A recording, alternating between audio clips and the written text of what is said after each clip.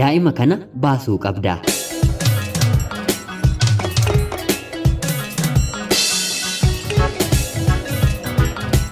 Ashama akkam jirtu kabajamtootaaf hordoftoota qophii Oromiyaa 24 guyyaadhaa seenaa addunyaalessaa kutaa sadaffaa isiniif qabadheen dhiyaadheera. Hanga xumura qophii kanaatti laayikii fi sheer gochuun deeggarsa keessaniin na waliin turaa jechaa akkanumallee namoonni chaanaalii keenyaaf haaraa taatan anaa dhufu sabskiraayib gochuun maatii keenya akka taataniif kabajaan isiniin gaafadha.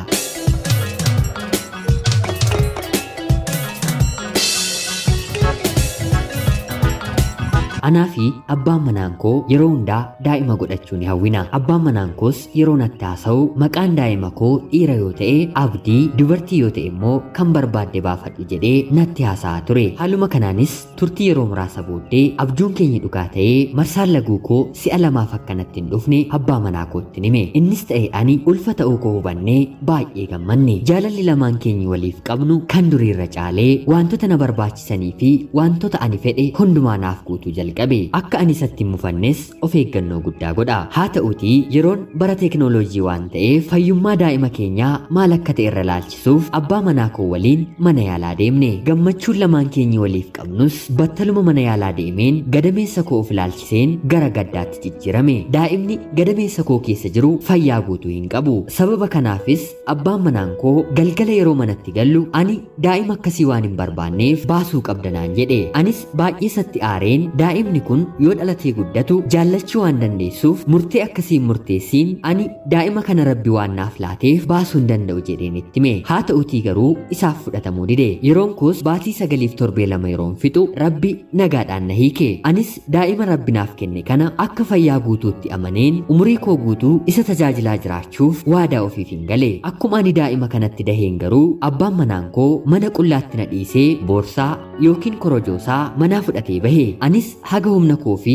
haga dandeettii koo daa'ima koo kunuunseen guddifachuuf yaale. Miirri gara biraa akka ittiin dhagahamneef yeroo hunda isa waliin waan hin ooluuf gammachuu guutuudhaan daa'imni koos guddate. Hiriyoota isaa waliinis taphachuu yeroo gahutti mana yaalaa geesseen miila artifishaalii akka hojjetamuuf hin taasise. Daa'imni koos umriin isaa waggaa 8 yeroo ta'u nama fayyaalessa fakkaatee hiriyoota isaa waliin fiiguu, utaaluu fi taphachuu wanta barbaade gochuu jalqabe. Haaluma kanaan otoon jireenya koo jiraachaa jiru guyyaa tokko mana barumsaatii daa'ima koo fuudheen yeroon galu abbaan daa'ima koo karaa irratti nu arge. Yeroo na dubbisuus daa'imni koo namichi kun eenyudha jechuun na gaafate. Anis deebiseefiin hiriyaa koo duriidha jedheen otoon dubbisiin biran darbe. Erga adda baanee waggaa 8 ol lakkoofneerra. Daa'ima koo akkan dahetti manaa na dhiisee bahe. Guyyaa na arge kanarraatii kaasee garuu guyyaan halkanaa'uu fi didee halkan bari'uu fi didee dogongora raawwatetti lafa lixus dhabe. Turtii muraasa booddees anis daa'ima koo guddisuutti waan hin qabameef nama biraattillee heerumuu waan hin feeneef abbaan manaan koo duraa kun hiriyoota isaa fi